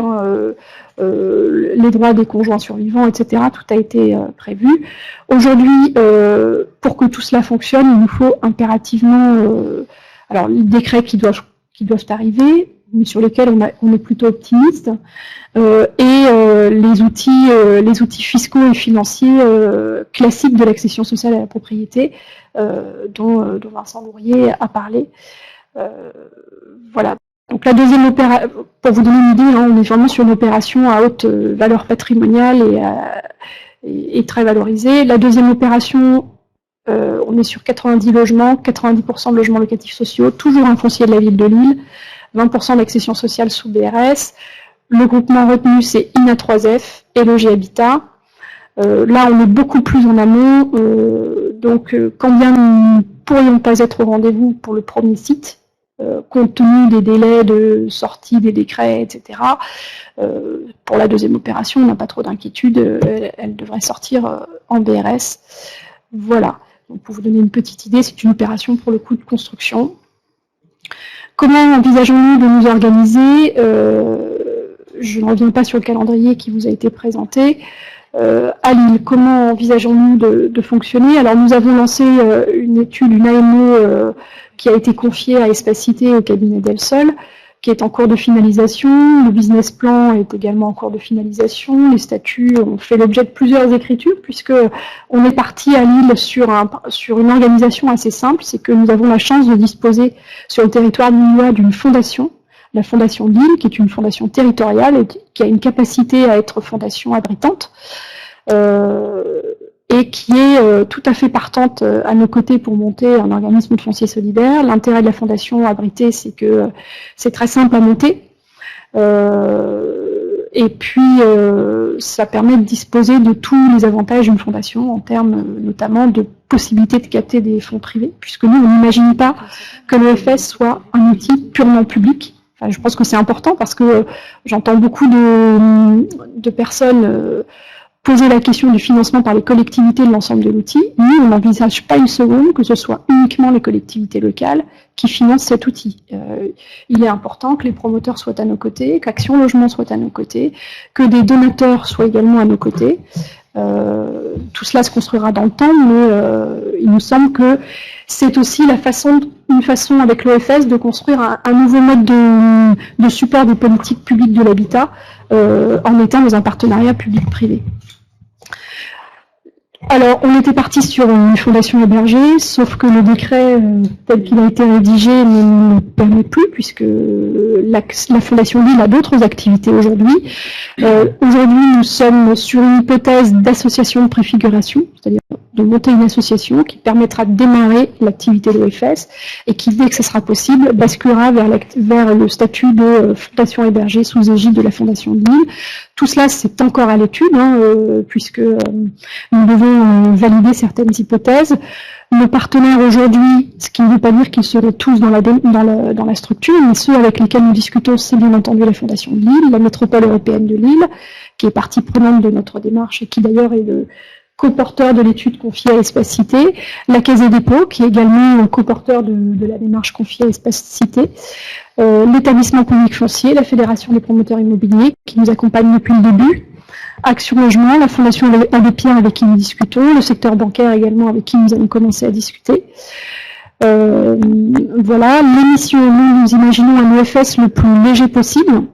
Et nous ne sommes pas dans le modèle du CLT avec un opérateur intégré, mais bien uniquement avec un EFS qui est le véhicule juridique de la dissociation foncière, à minima. Donc c'est tout ce qu'il a vocation à faire, pour l'instant, en tout cas, et qui va travailler avec les opérateurs locaux en matière de construction de logements, de gestion également de tous ces logements-là. Donc les missions sont vraiment limitées à la mise en place du suivi des prestations d'accompagnement, à la perception des redevances, recouvrement en cas d'impayé, le suivi des agréments et des baux, gestion quand même d'un vivier d'acquéreurs, puisque comme il y a une obligation de rachat pour l'EFS, le mieux c'est qu'il y ait quand même un vivier d'acquéreurs potentiel pour limiter les risques, parce que le business plan qui a été élaboré par Espacité démontre que le principal risque financier pour un EFS, c'est les obligations de rachat. C'est le rachat en pleine propriété des logements, puisque finalement le portage foncier en lui-même, compte tenu de tous les outils, mobilisation du prêt Gaïa, etc., devrait pouvoir fonctionner assez facilement, et vous avez vu que les missions sont très limitées. Voilà, donc notre calendrier prévisionnel, eh bien, nous sommes entre décembre et janvier en validation politique finale du dispositif, qui aujourd'hui ne peut pas intervenir tant qu'on n'a pas de visibilité sur les dernières décisions dont Anne-Catherine et Vincent ont parlé. Nous avons déjà commencé à sensibiliser les banques, mais pour retourner les voir une deuxième fois, il nous faut maintenant des dispositifs clarifiés, notamment en termes de plafond de ressources, plafond de revenus. Est-ce qu'il y a ou pas accès au PTZ ou au prépass? Est-ce que les banques vont pouvoir aller chercher la garantie liée au prépass ou pas? Parce que ça a un impact important pour le montage des opérations. Et si tout cela, si nous avons des assurances et des garanties sur tous ces points-là, alors nous montrons notre dossier d'agrément. La ville de Lille envisage de délibérer en février et de déposer son dossier d'agrément dans la foulée auprès de la préfecture pour une constitution de l'OFS en mai-juin.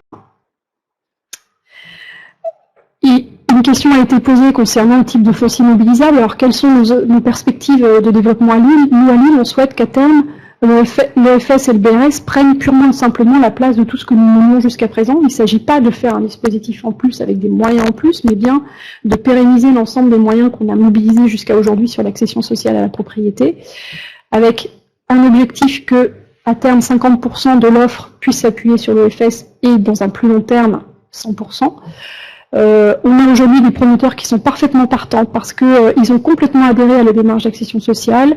Les clauses antispéculatives leur posent des vrais problèmes d'application et ils pensent, pour un certain nombre d'entre eux, que finalement le fonctionnement sous le BRS est beaucoup plus sécurisant pour tout le monde, pour eux aussi en termes de commercialisation, parce que du coup, aujourd'hui, sur une même opération, ils commercialisent des logements à 2050-2400 euros du mètre carré et l'autre à 3005. Donc c'est vrai que ça leur pose aussi des difficultés en termes de gestion de la commercialisation. Et nous imaginons que, bien entendu, les charges foncières dédiées à la production d'accession sociale à la propriété en ZAC soient portées par l'OFS, les fonciers publics avec des cotes, bien sûr, des fonciers privés issus de dons, pourquoi pas. On n'a pas l'habitude de ce type de démarche dans les collectivités locales, mais ça peut se faire et ça se fait pour certaines causes aujourd'hui. Les immeubles en recyclage, une question a été posée. On a toute une démarche, j'en parlais tout à l'heure, toute une démarche de requalification du parc ancien dégradé. On pense que la mobilisation de l'OFS sur ce produit-là est important, puisque ça nous permet de maîtriser dans la durée la vocation de ce patrimoine et son entretien. Et la vente HLM aussi, c'est un sujet qui est peu abordé, mais il y a à Lille des logements qui appartiennent à des bailleurs, qu'ils soient ou non, enfin même non conventionnés, qui sont situés en plein cœur de ville, que le bailleur a pour projet de vendre, et nous, ça nous pose quand même un problème philosophique et éthique, c'est-à-dire de remettre... Ces logements se vendent, on a eu le cas il n'y a pas très longtemps, ils ont été évalués, ces logements ont été évalués à 2200 euros du mètre carré dans un quartier où on sait que ça vaut 4000 euros du mètre carré. Donc c'est quand même s'il y a des clauses antispéculatives dans la vente HLM, elles ont une durée de vie limitée, et nous on pense que ces logements qui ont été financés avec de l'aide publique doivent rester abordables dans la durée. Donc on pense que ça peut être aussi un support de soutien de développement à l'accession sociale à la propriété pour cette vente HLM. Voilà, j'essaie d'être assez brève. Merci beaucoup. Alors, il y a un certain nombre de questions qui sont arrivées pendant votre intervention, Madame Lucas. Alors, la question de l'intégration des promoteurs, je pense que vous avez en partie répondu à cette question, mais peut-être y revenir un petit peu. Rien n'empêche à qui que ce soit d'entrer dans une fondation, un promoteur. Alors, on n'imagine pas que ce soit les promoteurs individuellement qui rentrent dans la structure. Pourquoi ? Parce que cela pourrait poser des problèmes juridiques à ces promoteurs qui, par ailleurs, pourraient être titulaires du bail. Et bon, ça pose quand même des problèmes juridiques fondamentaux. Donc on imagine plutôt la FPI, donc un représentant des promoteurs. Mais il nous semble important que les acteurs du logement soient partie prenante du dispositif et que ça ne soit pas qu'un dispositif public. Ce qui est intéressant dans la situation que vous avez présentée, puis je vais passer la parole à Anne-Catherine Leneuf, mais c'est la mixité même de l'opération. Et c'est là où c'est intéressant parce qu'on voit bien que c'est un outil dans un contexte d'opération d'aménagement qui peut justement correspondre à ce que font pas mal de collectivités. Anne-Catherine, un complément sur ce point-là. Donc effectivement, rien n'interdit à des promoteurs ou des groupements de promoteurs d'intégrer la gouvernance d'un organisme foncier solidaire qui aurait été créé soit par une collectivité locale, soit par une coopérative ou un opérateur intégré au mouvement HLM, mais rien n'interdit non plus à un promoteur de créer son propre OFS, à charge pour lui de respecter les règles que l'on a indiquées tout à l'heure, c'est-à-dire la non-lucrativité. Pour un promoteur, très concrètement, c'est aussi pour eux le moyen d'accéder à du foncier, et de faire son métier de promoteur et de retrouver ses marges financières classiques de promoteur. La seule chose, c'est que cet accès au foncier doit respecter ces règles de non-lucrativité, mais rien ne change, si je puis dire en quelque sorte, sur son métier initial de promoteur immobilier. Alors, autre question sur la thématique du prix à la revente.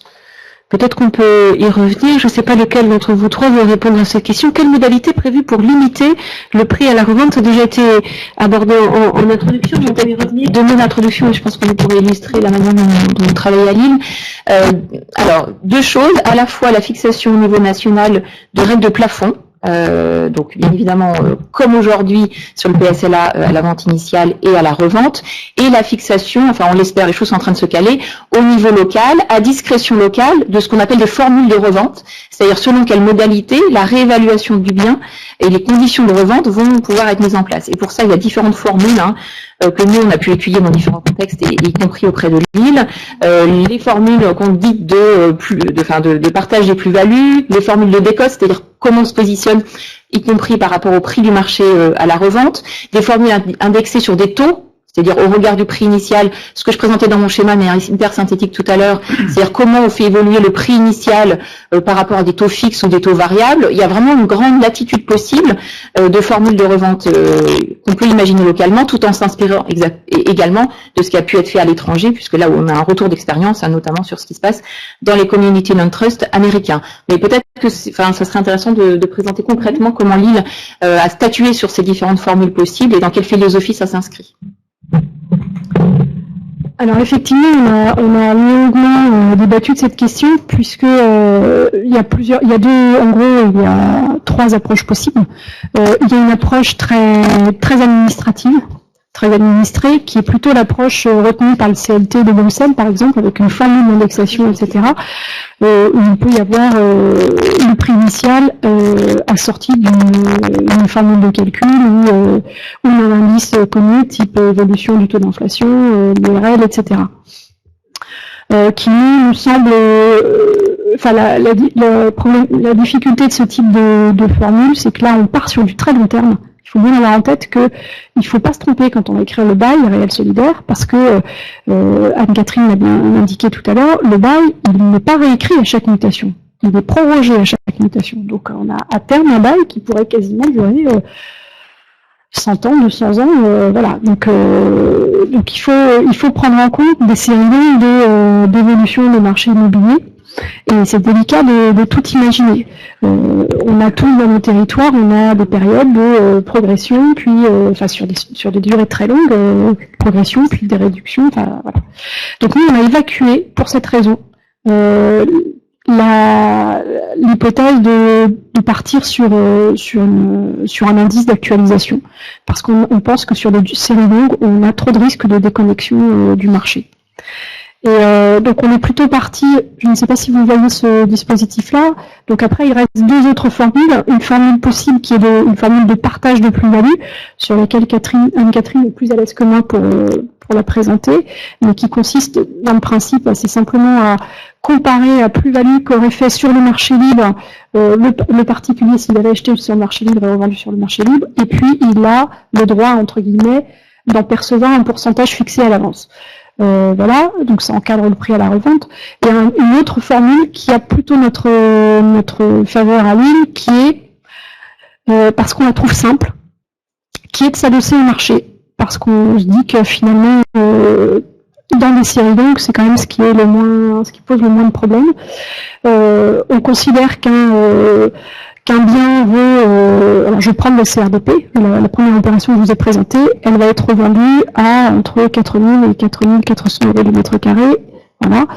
Et à BRS, elle va être revendue à 2 100 euros du mètre carré. On est à 50% de la valeur de marché. Donc le principe, c'est de dire dans le bail que le bien peut être revendu à 50% de la valeur de marché. Étant entendu dès le départ que ce bien est vendu au premier acquéreur à 50% de sa valeur, il sera revendu au fur et à mesure à 50% de sa valeur. Ce qui permet de le maintenir toujours dans une décote proportionnée. Voilà.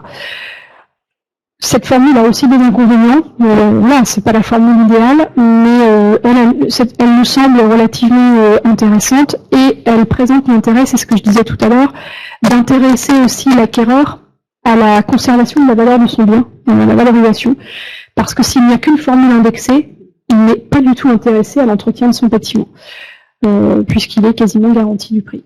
Voilà, donc nous, c'est la raison pour laquelle on a choisi cette formule-là, et en plus parce qu'elle est simple à comprendre pour un acquéreur.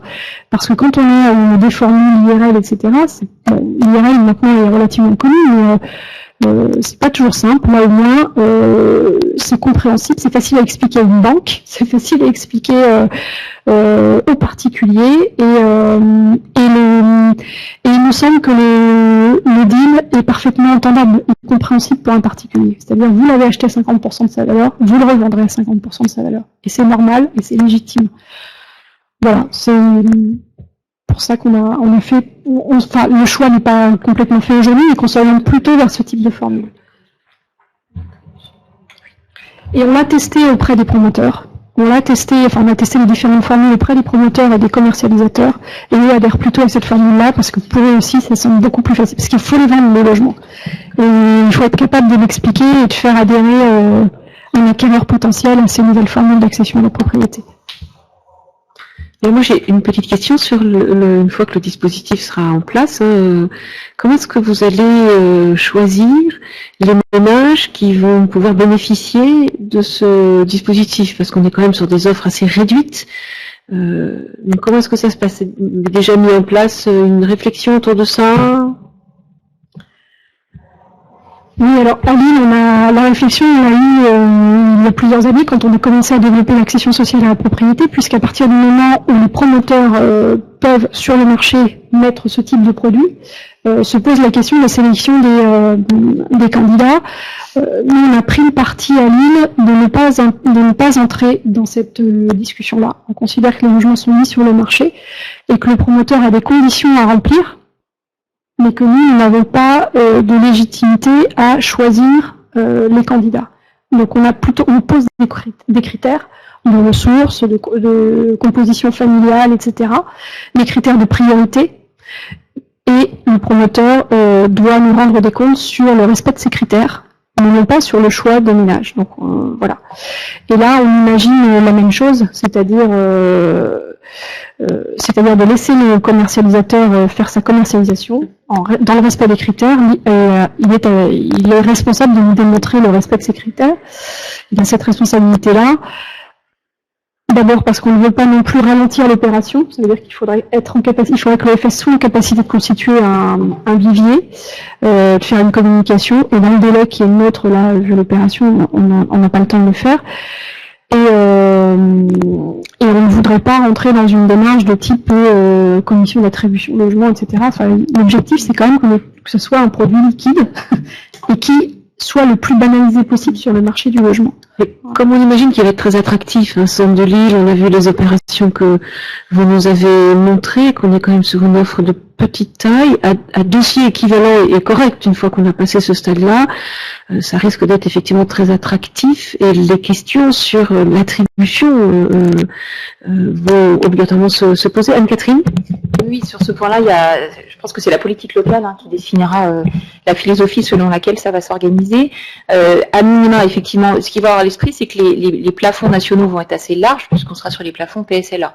À charge, effectivement, pour la collectivité, comme vient d'indiquer Caroline, d'avoir son propre plafond de revenus, hein, donc en matière de revenus, de ressources, pardon. Donc déjà là, on commence à regarder les choses d'un peu plus près.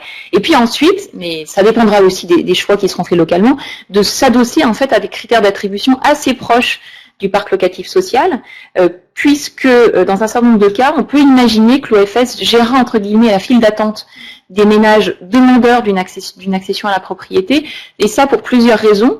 La première, c'est qu'on n'a pas eu le temps d'expliquer dans le détail aujourd'hui, vous l'avez dit, il y a une forme de droit de délaissement de l'acquéreur à l'OFS dans le cas où il ne trouve pas acquéreur aux conditions définies dans le bail. Donc pour l'OFS, il y a un risque quand même immobilier à se retrouver propriétaire en pleine propriété de logement dont c'est pas le métier premier et qui a des impacts sur son équilibre économique. Donc il y a un intérêt de ce point de vue-là économique pour l'OFS à gérer en quelque sorte ses attributions de logement et à jouer un rôle d'agence immobilière et du coup d'agence immobilière à vocation sociale pour maintenir la philosophie générale du dispositif. Et ça peut aussi être un intérêt pour l'acquéreur aussi de garantir en quelque sorte la liquidité de son bien, c'est-à-dire qu'on leur dit vous achetez un produit en BRS, il y a des contraintes, mais on va vous aider à les revendre dans les conditions prévues par le bail et la politique locale. Et au regard du fait que c'est l'OFS qui va gérer ces files d'attente, on peut considérer que l'agrément qui doit délivrer au titre de la revente sera carrément garanti, puisque si l'OFS propose un candidat, c'est que bien évidemment, il est d'accord avec le profil de ce candidat et des conditions de respect de ces clauses adossées au bail. Donc de ce point de vue-là, on peut imaginer que dans un certain nombre de cas, si la collectivité le souhaite, on peut aller jusqu'à des processus d'attribution finalement assez proches de ce qu'on peut voir aujourd'hui dans le parc locatif social. Mais c'est un choix politique qu'il faut assurer localement. Alors, on ne voit pas les questions. Sur la question de la gouvernance, alors, on en a fait pas mal. Moi, j'ai une question, d'autant qu'on épluche les questions qui tombent. J'en ai une, on voit bien l'intérêt du dispositif sur des secteurs très tendus, hein, avec l'effet prix qui est très fort. Sur les secteurs détendus, du coup, on se place sur un registre tout à fait différent. Est-ce que vous pouvez essayer d'apporter quelques arguments qui convaincraient les collectivités locales d'ouvrir ce chantier?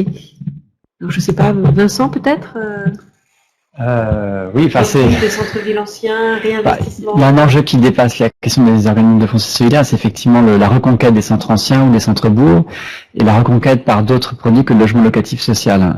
Aujourd'hui, on sait à peu près en locatif social réinvestir ces endroits-là, mais si on veut réattirer une population complémentaire qui aujourd'hui est plutôt attirée par la périphérie, par les lotissements, par les maisons individuelles, il faut inventer une nouvelle démarche. Donc ça, c'est quelque chose sur lequel les coopératives HM sont assez, en tout cas, mobilisées, mais c'est vrai qu'aujourd'hui, on manque d'outils, parce que autant pour le locatif social, il y a des produits financiers qui permettent d'absorber le surcoût de reconquête de ces espaces-là. En accession, on est sur le marché, grosso modo.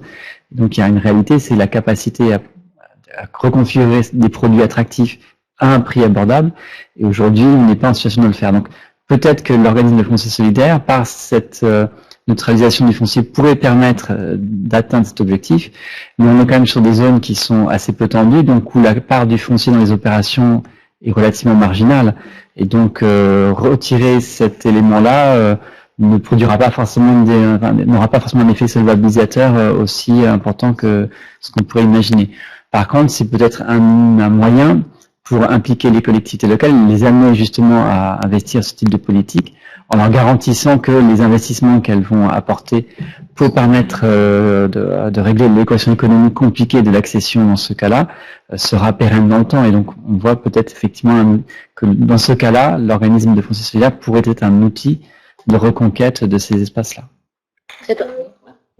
Compléter, effectivement, sur enfin, vous l'avez souligné, le principal avantage de ce dispositif, c'est de garantir l'abordabilité.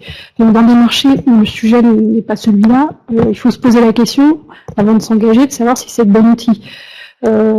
Puisqu'il y a des secteurs où, au contraire, il faut donner quasiment une prime de risque aux accédants qui y vont. Donc, les priver de toute perspective de plus-value, limiter leur plus-value, c'est peut-être pas forcément la meilleure façon de s'y prendre.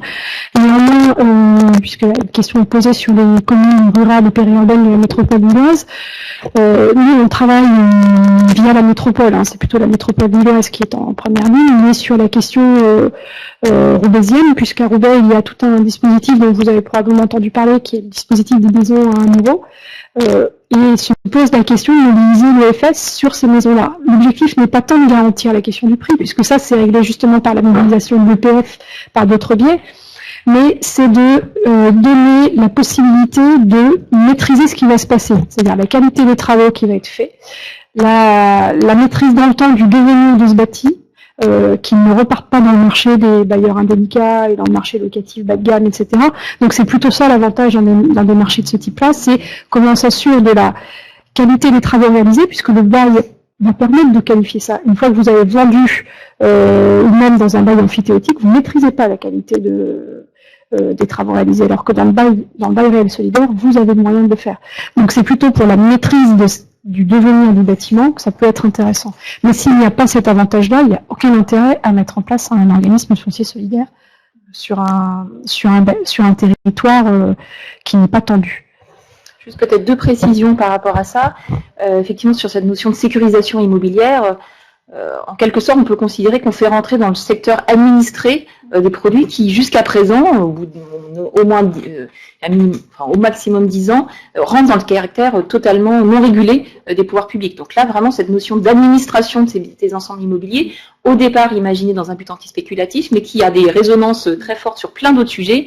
Je reviens sur la question de la possibilité d'interdire le statut de propriétaire bailleur. C'est extrêmement puissant dans les secteurs dans lesquels on a vu, dans un certain nombre de cas, notamment sur les projets en renouvellement urbain, des ensembles immobiliers qui, dès le départ, sont rentrés dans des phénomènes de marchands de sommeil parce que c'est des petits propriétaires qui souhaitaient, dans un but spéculatif, maximiser leur rente financière. Là, c'est un modèle qui, de ce point de vue, est extrêmement puissant et qui, finalement, dépasse tous ces enjeux antispéculatifs sur lesquels on a beaucoup insisté aujourd'hui, puisque c'est la philosophie de départ du modèle, mais qui n'est pas exclusivement liée à ça.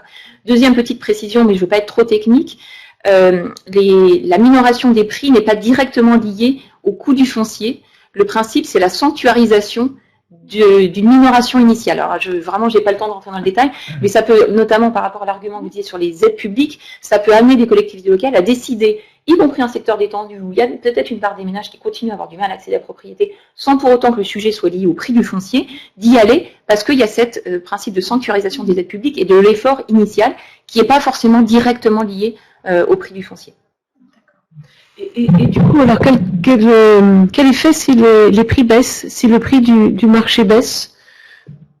C'est une excellente question, qui là aussi doit être débattue, regardée de près en fonction des différentes formules de revente qu'on imagine. Donc là aussi, on a fait des différentes simulations à la fois pour la ville de Lille, Rennes et puis pour le ministère. Il y a deux choses à regarder, c'est à la fois pour les ménages, qu'est-ce que ça implique, et là peut-être que c'est intéressant que vous regardiez, enfin vous nous disiez quelle philosophie vous suivez de ce point de vue-là par rapport à la prise de risque que implique toute acquisition immobilière pour un ménage, mais aussi pour l'organisme de foncier solidaire, au travers toujours de ce droit de délaissement, dans lequel, en cas de marché baissier, qu'est-ce que ça donne si le ménage demande à l'OFS d'acheter son bien. Alors, c'est ces de ce sujet-là qu'il s'agit d'anticiper, à la fois pour le ménage et pour l'OFS, qui en dernier recours se porte acquéreur de ce logement. Nous, on s'est posé la question, et c'est aussi ce qui nous fait choisir la formule de revente assise sur le marché, sur la valeur de marché, parce qu'il nous semble que c'est aussi un partage de risque entre l'acquéreur et l'OFS. L'acquéreur, il reste acquéreur. Enfin, il n'est pas question de sécuriser à 100% toute son accession à la propriété, parce que à partir du moment où il rentre sur le marché, enfin, c'est le cas de n'importe quel acquéreur. Quand il achète un produit libre, il prend un risque sur la revente. Là, le risque, il est partagé entre l'OFS et l'acquéreur, puisqu'il y a un partage de valeur dès le départ. Alors, une autre question, est-ce que la redevance pourrait comporter une provision pour gros travaux? Après, enfin, là, sur le principe, il n'y a pas d'obstacle. Après, si on est dans le régime de la copropriété, la loi Dior prévoit déjà quand même la mise en place d'un fonds de travaux. Donc, est-ce qu'il faut doublonner ce dispositif par une part de redevance qui constituerait une deuxième un fonds de réserve travaux? Mais sur le principe, tout est possible. Après, c'est une question de soutenabilité économique par le ménage d'une redevance qui deviendrait relativement importante, qui viendrait s'ajouter à toutes les autres charges qu'il aura assumées, notamment la principale qui est la charge de remboursement de son prêt acquéreur.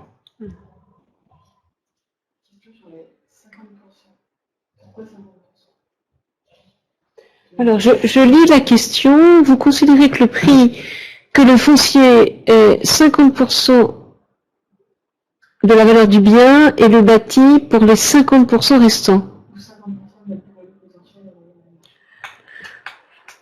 Ou 50%, c'est de la question, pardon, de la plus-value potentielle au regard du marché. Oui, parce que le logement, il est vendu à 50% de sa valeur. Pour l'exemple que j'ai pris, ce ne sera pas le cas partout, mais pour l'exemple que j'ai pris, on sera à peu près à ce niveau-là. Ça veut donc dire que la valeur du foncier, et quand je parle de valeur du foncier, je l'entends au sens de valeur marché, intégrant aussi le facteur localisation. C'est pas le prix de revient du foncier, c'est pas le coût d'achat par l'opérateur du foncier, ce sont des notions différentes, c'est bien la valeur du foncier. Et on voit bien que dans ce cas de figure, ce qui fera la valeur du foncier, c'est sa localisation essentiellement, et donc elle est immobilisée par l'OFS, elle est sanctuarisée par l'OFS. Voilà. Alors, toujours sous la plus-value, le ménage ne captant pas la totalité de la plus-value, il serait logique qu'il ne perde pas la totalité de la moins-value.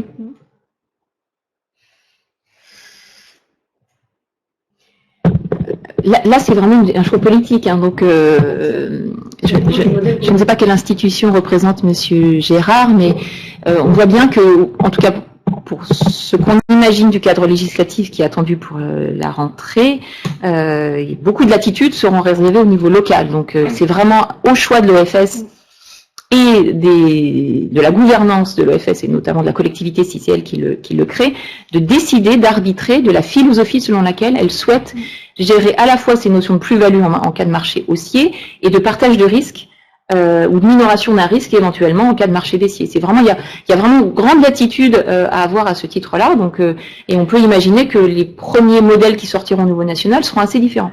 Moi, j'aimerais quand même, on se pose quand même beaucoup de questions autour de ce sujet-là qu'on ne se pose pas sur les autres opérations. Enfin, à un moment, il faut aussi ne pas exiger de ce dispositif ce qui n'est pas réglé par les autres. Ce risque-là, il existe pour tout acquéreur, quelle que soit aujourd'hui la forme de l'accession.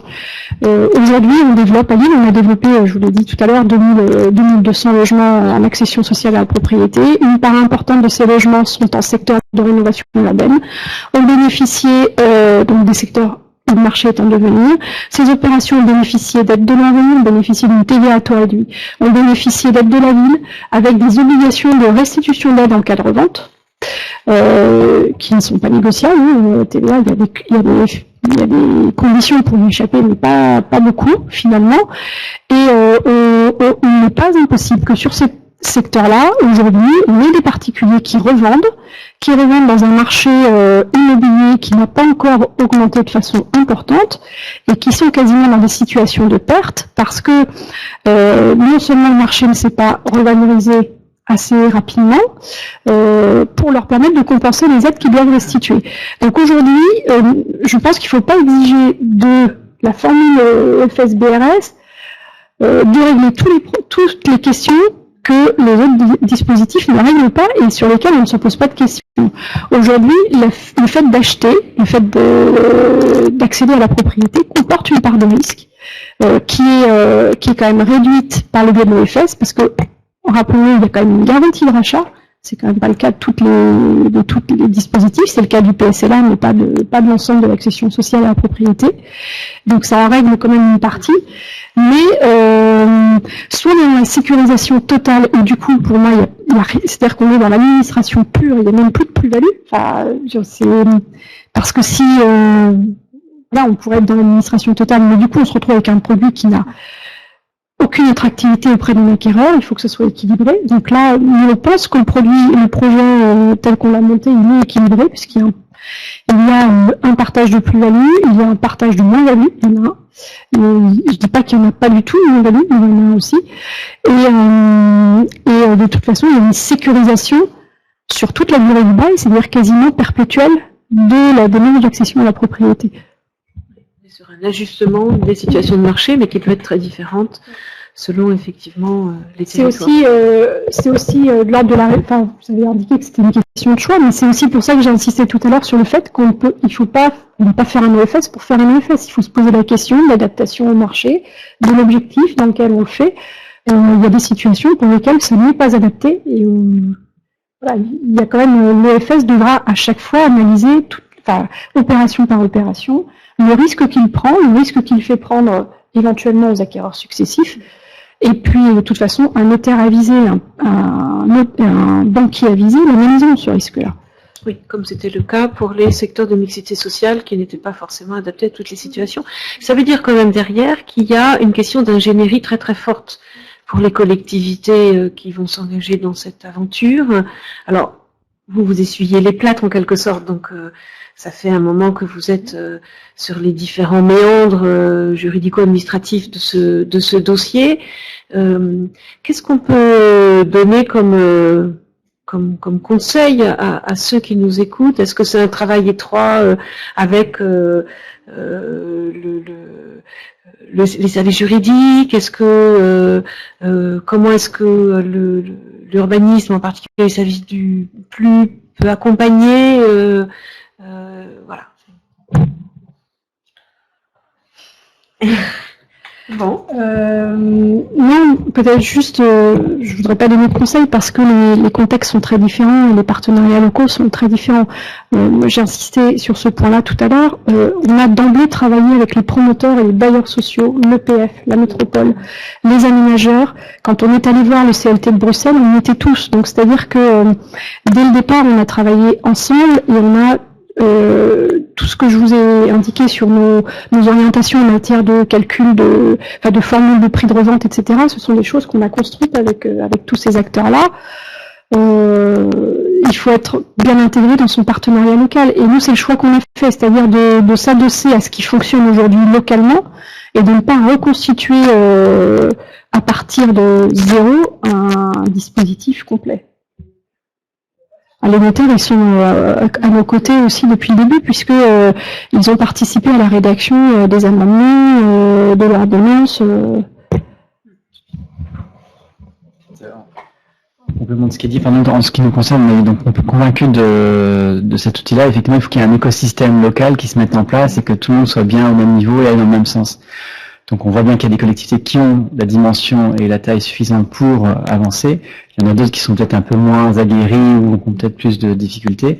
Donc il faut qu'il y ait aussi un dispositif d'accompagnement qui se mette en place. En tout cas, nous, au niveau de la Fédération des COP HLM, on a pris la décision il y a quelques mois de mettre en place une boîte à outils à disposition de nos adhérents pour qu'ils puissent eux-mêmes se faire le relais de cette construction-là auprès de leurs élus locaux et des techniciens territoriaux qu'ils peuvent rencontrer pour les amener à comprendre comment ça fonctionne et à mettre en place, si besoin, ce type d'outils sur leur territoire. Oui, parce que le caractère pérenne de l'aide apportée est un argument très très fort pour les élus locaux, bien évidemment. Hein. Et puis par ailleurs, on imagine bien que ce dispositif a d'autres potentialités qu'on ne connaît pas encore, compte tenu de son inscription dans la durée. Notamment sur le locatif. Peut-être une dernière question. Oui, une dernière question, il y en a deux en fait.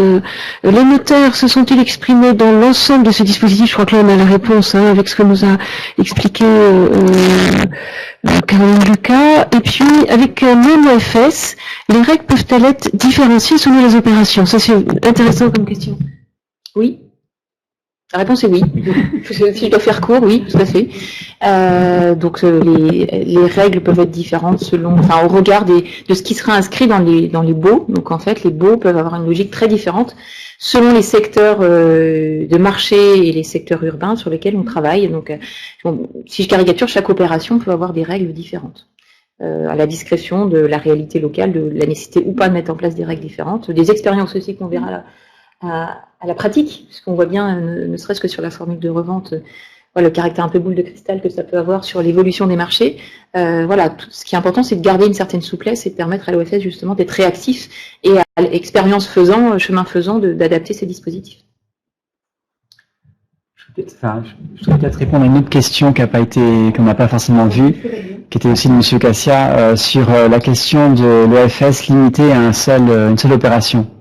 Donc très clairement, les textes ont été élaborés pour mettre en place un OFS qui aurait de multiples opérations, et deviendrait un opérateur foncier de long terme sur son territoire.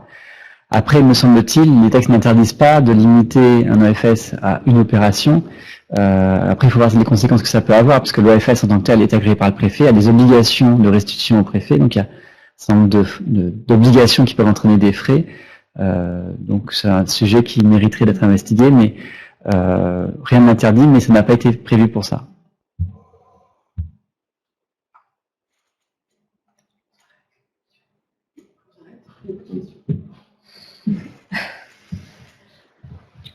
Non, on s'arrête. Alors il n'y a plus de questions, donc on va s'arrêter. Merci beaucoup à tous pour les intervenants évidemment, et puis aux auditeurs également, et puis à bientôt pour la prochaine webconférence qui aura lieu donc le 26 janvier sur le thème de la compétence habitat. À très bientôt.